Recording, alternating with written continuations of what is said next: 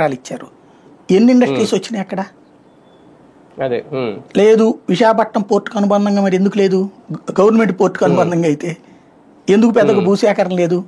Private పోర్టుల వాళ్ళకే భూములు ఎక్కువ ఇస్తున్నారు. ఓ రకంగా వాళ్ళకి దోచి పెడుతున్నారు.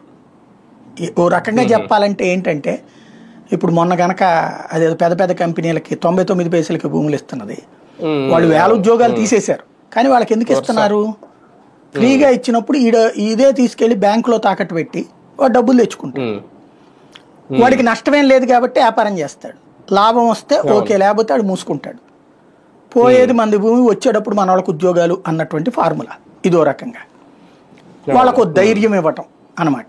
ఓ రకంగా దోచిపెట్టడం ప్రైవేట్ సంస్థలకి. కానీ ఉద్యోగాలు రప్పించాలంటే తప్పదు. ఏదో ఒక చోట ఎక్కడో ఒక చోట ముగింపు ఉండాలి. ఇప్పుడు అదే పని వీళ్ళకు కూడా, పోర్టులకు కూడా భూములు ప్రైవేట్ వాళ్ళ చేతికి.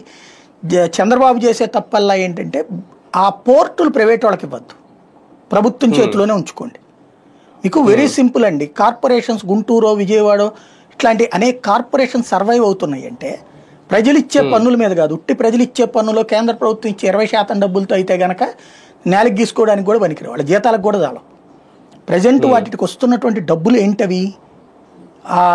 అక్కడ అద్దెలు అంటే షాపింగ్ కాంప్లెక్స్లు కడతారు, మార్కెట్లు పెడతారు, వాటి మీద వచ్చే అద్దెలు వాటి ఆదాయం అన్నారు.